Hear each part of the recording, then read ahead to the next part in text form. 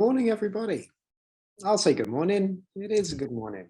It's not snowing outside. That's a good thing. Today, Michelle's doing all the work. I'm just reading the obligatory opening slides.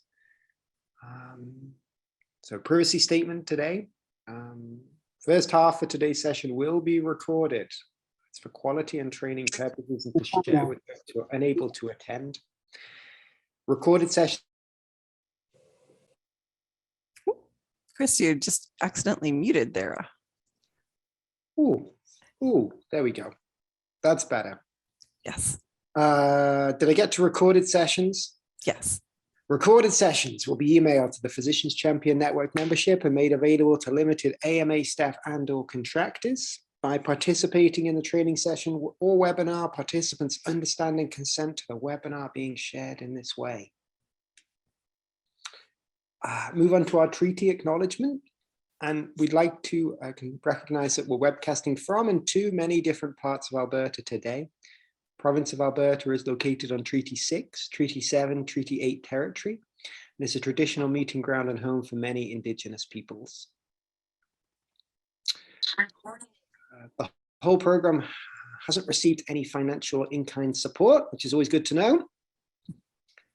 Speaker names, it's very generous and I'm a speaker today, but I will take it.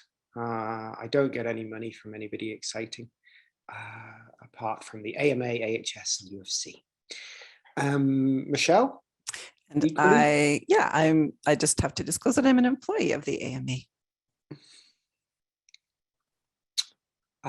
Mitigating potential bias. So planning committees contributed to the consideration of learning needs, determination of learning objectives, and the development of program content, and the choice of speakers or presenters. No sponsorship funds have been received. Planning committees reviewed the content of the presentations and ensured that content presented is evidence-based and free of undue influence. A little bit of Zoom housekeeping. I'm sure we've all been using Zoom long enough to know how to do bits. The trickiest bit I find is when we log in, remembering to mute when I first appear, but after that, it's pretty straightforward. I think there's going to be breakout rooms today, Michelle, is that right? Yes, there will. To click on your breakout room, although it will send you in there automatically anyway. And yeah, let's all have fun.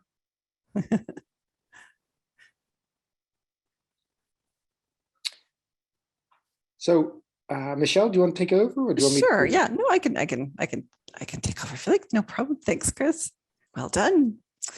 All right. So today's learning objectives are by the end of this webinar, you'll be able to describe the predictable ways people respond to conflict and why our brains are wired this way, and explain how to navigate difficult conversations to engage in healthy conflict. And as always, we'll do our half and half approach, where we'll do approximately half the session, the theory, and then the other half breakout rooms and discussion. All right, so we're alternating sessions, as you know, and so this session we're back into our leads in a caring domain side of things, and this particular topic falls under engage others, and specifically in the subdomain of communicate effectively. All right, so conflict. Anyone who interacts with other humans is familiar with conflict. And generally speaking, a conflict is a situation where there is a perceived threat, whether or not that threat is actually real. And because conflicts involve perceived threats to what our brain sees as our well-being and survival, they stay with us until we face them and resolve them. And if we don't, they tend to fester.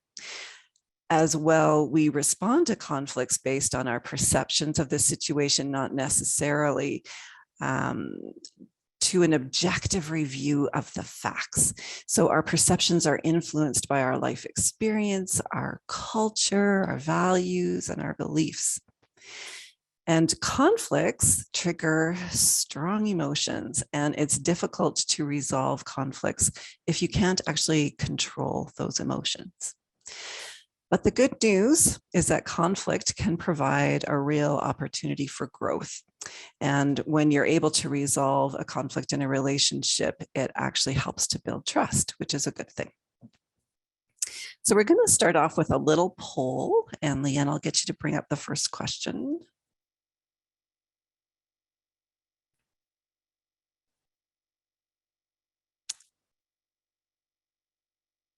Which may just be Michelle. It's because we both logged in. Oh. Do you have access to the polls? If not, I can make Okay. you. Okay. Yeah. Okay. No, I think I can. I'll do this. I think I can do it. Let's see something new. Is anything coming up there? Not yet. Oh, I got it. I got it, Michelle. Okay, good, good. Okay. Oh, yes, I see answers coming in. Okay, awesome. So I'm not sure why it's not. Okay. So in the last year, I've experienced conflict within my clinic, committees, and or board. And the answers are yes, personally, yes, observed. Yes, recording in progress. Or no, nope. It's all good. And question 2, what statement best reflects your response to conflict? Run away. I'll just ignore it. Deep breath. Here we go. All right. I know some people are driving and such, so please, safety first. We'll extrapolate the answers. Don't worry. Okay, looks like it's slowing down.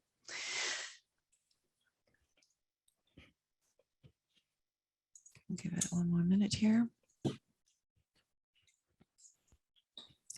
Okay, so basically it looks like most people, and of course the greatest answer here is yes, personally in the last year have experienced conflict. 36% have, oh, you can't see the results. Okay. I wonder if I do this, can you see them? I've just moved it onto the screen that I'm sharing. So I'll tell you, yes, personally was 58% of people. Okay. So yes, personally, I've experienced conflict was 58% of people. Yes, I've observed was 38%. And one person has not experienced conflict. Fantastic. That is a great position to be in. And the question 2, again, one person is in the runaway from conflict mode. 8% are 2 people who are just ignored, and the vast majority, 88%, are in deep breath. Here we go. So this group understands conflict must be faced. So well done. We've got a lot of good conflict facers. And full disclosure, I come to you, I'm not sure that I would be in the deep breath, let's go. I mean, I suppose I would be, but definitely my set point is to avoid conflict. So, so well done, those of you that have learned to face it. So we're going to look at a fictitious clinic today. And our 3 docs are Dr. Van Gogetter, Dr. Pacifist, I believe he's Swedish, and Dr. Intens. And these 3 physicians have recently decided to hire an MOA, and now they have Maya who's working with them. So Maya is just going with the flow, doing what is asked of her. And Dr. Van Gogetter has been extra proactive in asking her to do tasks and make her own day flow smoother. And the other 2 physicians are surprised when they find out all that Maya is doing for her specifically.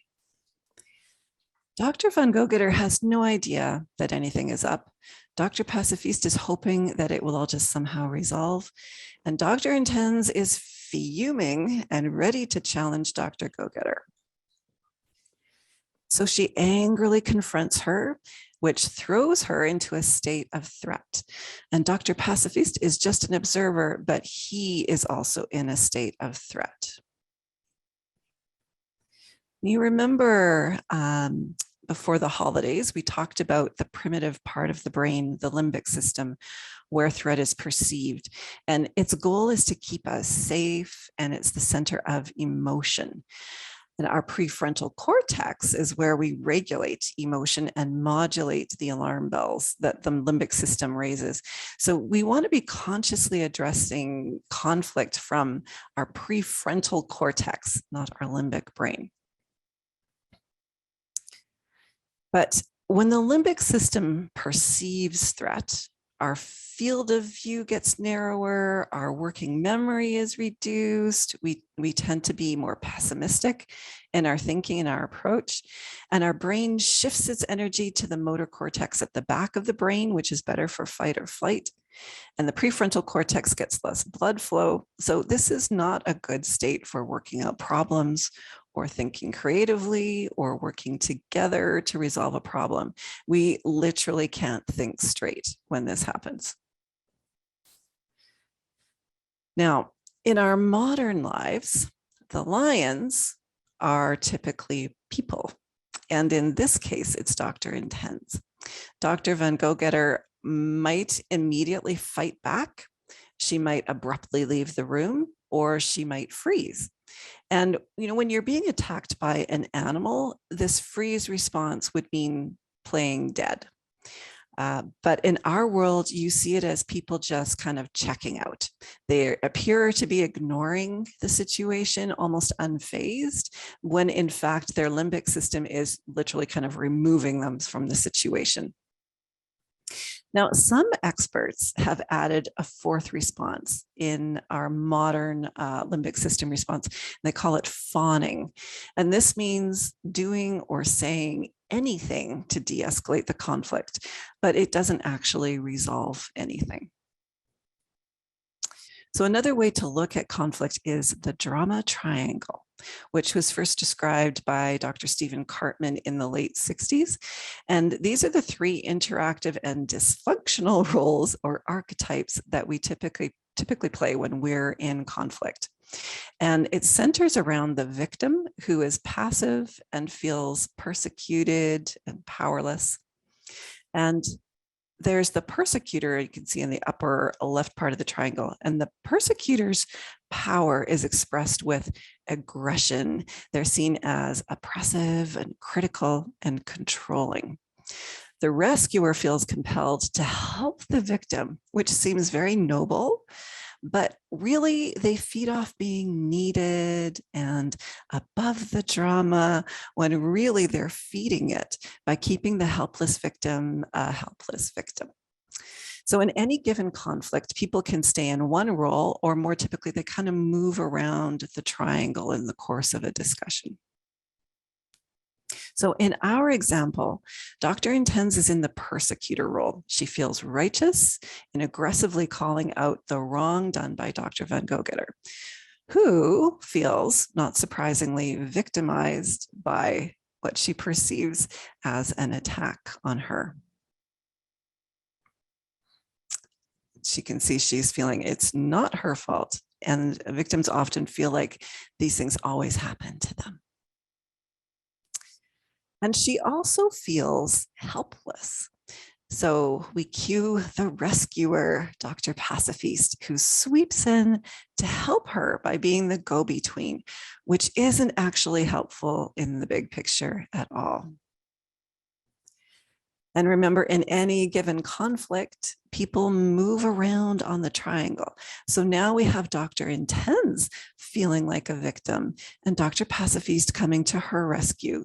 So people often gravitate to the rescuer role when they subconsciously want an excuse to avoid dealing with their own issues. And also, we can all play each of the three roles, but people will often feel most comfortable in one role. And usually it's the role on the triangle that was open for us to play when we were children in our family. So perhaps you had a parent who was a persecutor and one who was a victim. And so as a child, you kind of fell into the rescuer role because that was open for you. Or sometimes you'll have a persecutor parent and you would be the victim, and you had another parent who was the rescuer, or sometimes this plays out with siblings as well. So we all have a comfortable place. So the question is, what can we do about it? And I just see there's some chats in here. So before we get to that, I'll just take a look here. Oh, Wayne, yes, closet funner. I'm with you. I think I'm also a closet funner. Janet, a good job description and sorting out what Maya is going to do before she started her job could have prevented this. You are absolutely right. Communication is 100% the key. And that's what we'll get a little deeper into here. All right, so what can we do about it? So the first option is to bring awareness to the drama triangle. Once you know about it, you can see it constantly playing out in the interactions around you. And you also begin to realize when you yourself are playing one of the roles. And when you're aware, you can start to flip the triangle to become the empowerment triangle. So now the victim becomes the creator who knows they're capable of taking responsibility for creatively solving their own problems. And the persecutor becomes the challenger who uses their assertiveness to offer constructive challenge to help others develop and encourage organizational growth and learning as well. And then the rescuer becomes a coach who cares and listens still, but they also empower others to find their own way through challenges.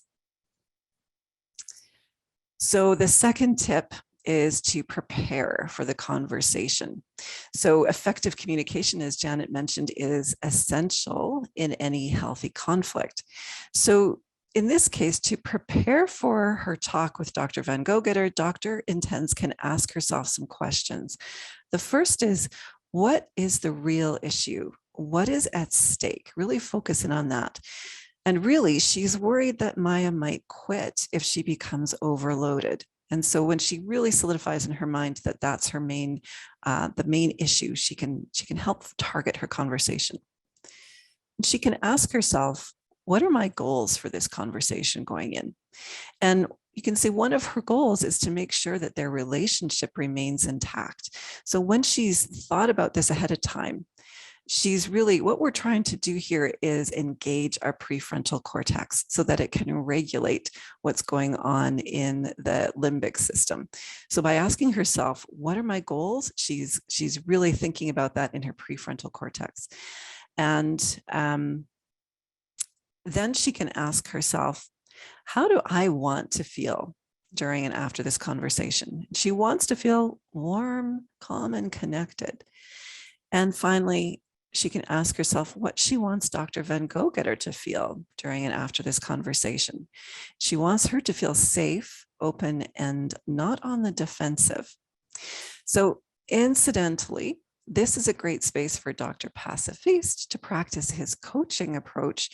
He could be the one asking her these questions to help her prepare for the conversation and get into her prefrontal cortex before she starts it. So some of the keys for this good communication is making it safe. So you can see that Dr. Intense is asking to talk about the situation. This way she's less likely to trigger Dr. Van Gogetter's limbic system, which means that she'll also be open to approaching the conversation openly and creatively. And next, it's important to see if you can find a shared purpose. In this case, Dr. Intense creates that when she says she's worried that Maya might quit if they're not careful about her workload. And of course, Dr. Van Gogetter agrees because Maya is an amazing asset for them. And she also needs to check her assumptions. So has Dr. Van Gogetter actually been getting Maya to do more work for her than the other docs? Perhaps she has some misinformation. So if she checks that, then they should be on the same page. Then she can move into stating clearly the issue that has her concerned. So being careful not to imply blame or shame. Again, she's working hard not to trigger Dr. Van Gogetter's limbic system. So she's using the challenger approach that's assertive, but not aggressive, which allows a problem-solving response from the creator role instead of pushing Dr. Van Gogeter into the victim role where, again, she's in a limbic survival mode response. And then finally, at the end, Dr. Intense would clarify the solution that they've landed on together and express her genuine gratitude for Dr. Van Gogeter's willingness to collaborate on the situation. Now, I realize this example is a little bit a little rosy, a little easy to resolve. And of course, it's just an example. In a real situation, there would be probably more backing and forthing, a little more nuance to it. But for an example today, it's just a simple, clear, easy to resolve one. So the third tip is around being the person on the receiving end of the conversation. How are you kind of ready to receive this sort of conversation like Dr. Van Gogeter would be? So in this case, if Dr. Intense was still in persecutor mode, to keep herself from going into that limbic system survival mode, Dr. Van Gogeter can engage her prefrontal cortex by asking herself what might be going on with Dr. Intense. Maybe she's had a really difficult time in her personal life and it's spilling over into her work life. So she can get curious instead of getting defensive by actively asking questions and trying to really understand the situation from Dr. Intense's position before she starts to defend herself. And she can validate Dr. Intense to show that she's really heard her and she understands why she would be feeling the way that she is. And this is a good way to diffuse a lot of the anger and intensity from the situation. When people really feel like somebody's listening to them, it's hard for them to hold on to that anger. And then finally, Dr. Van Gogeter can share her own perspective in this situation with less likelihood of escalating the conflict once she's done these precursors. And then she can work with Dr. Intense to find solutions and to make it right if she was in fact in the wrong and perhaps just unknowingly causing problems. So now another option is to consider posting conflict resolution norms in your clinic. And this is a screenshot of a document that we'll share after the session. And if you want, you're welcome to adapt it and use it. And it itself was adapted from a document in Brad Baylor's clinic, the Sylvan Family Health Center. And Brad, I don't know, would you mind coming off mute and just sharing with us how you use this in your clinic? Yeah, I mean, I guess the reason we ended up doing this was, I think it's easier to kind of manage conflict in a way when you're a smaller group and everyone is talking to everyone every day. But as our group grew and our team grew, you see these kind of conflicts between different members of the team emerge. And sometimes it was between staff and sometimes between a doctor and staff, and sometimes between two doctors. And so one of the things we wanted to do was sit as a whole team and decide how we wanted to tackle that. To your point, what we didn't want to do was just leave it undealt with, because in the past, when that happens, it's never really resolved, and that leads to long-term issues. And so we actually created a similar document, the one you adapted this from, as a group, just to kind of decide how we were going to tackle the conflict. And so this is basically what we came up with, which if we get into a sticky situation or if people are reflecting on what they should do, they have the ability to kind of go look at this and say, okay, take a deep breath and what are my next steps to deal with this, basically. Yeah, it's great. And it is, we've been talking about conflict between physicians in our example here, but as a physician, you're a leader in the clinic, whether you kind of consciously signed up for that or not, but physicians are the leaders and in many cases. And so you may find yourself in the situation where you're being affected by the conflict of people around you. And sometimes that's the team, the staff members. And so again, having some strategies and skills to guide and help others in the clinic to learn to deal with inevitable conflict can make everyone's lives smoother. So thanks, Brad, and thanks to your clinic for sharing the document. And then our final suggestion here today is a governance or practice agreement. And it's a formal document that kind of outlines the rights and responsibilities and obligation that each physician has in the group. And it also typically outlines the general operation of the group's practice. So things like how expenses will be shared, who will take on certain roles and activities, and how disputes and conflicts will be managed. So if you don't already have one of these, we'll include these 2 resources in the post-session email as well. And we're going to leave a good chunk of time to discuss in their breakout rooms, because it'll be interesting to see whose clinics has one of these and whose clinic might actually benefit from it. And it is a bit of a process to get one set up, but especially if your clinic is growing, it might be something you want to think about. I'm going to again just go back into the chat here. So Bill, keep thinking about applying this approach to negotiations with GOA. And certainly is part of interest-based negotiations, but what happens there is a power imbalance between, oh, wow. Yeah, that's conflict approach with a capital C for sure. Yeah, well, perhaps you can talk about that in your breakout rooms. So if you recall the way that this is going to work, when the breakout comes up, you'll see this box appear on your screen, and then you'll just click join for your zone. So whether you're Edmonton zone, we've put Calgary and South zone together, and we've put North and Central zone together. So you would click on the room where you typically go. And our questions today, and I'm just going to pop these. Oh, apparently I'm not, sorry. Pop these into the chat. Hold on one moment. If I don't put them in before we go, then you won't be able to see them, sorry. And you're getting to see copying and pasting. There we go.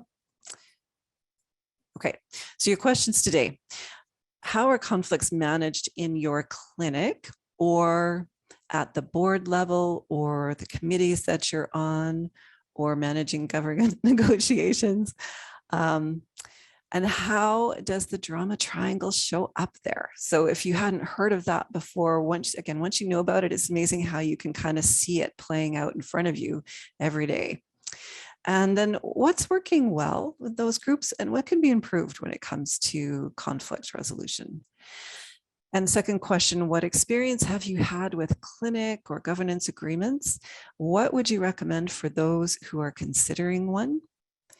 And then the third question is, as a physician champion, how might you coach others who are in a difficult conflict situation? So again, that might be others in your clinic. And certainly these are good skills to have at home too. Anyone who has kids, if we can teach our kids conflict resolution skills, that's a great gift. All right. Oh, you can't. Oh, sorry, Sue. Yes, you're right. I put them in and then I didn't hit enter. There we go. Now you can see the questions. All right. So Leanne, unless there are questions from anyone else. Oh yeah, Bill, kids or spouses. It's true. If you can start up our rooms, we'll bring you back with, give you a solid 20 minutes. We'll come back with a bit of time to debrief and enjoy your breakouts.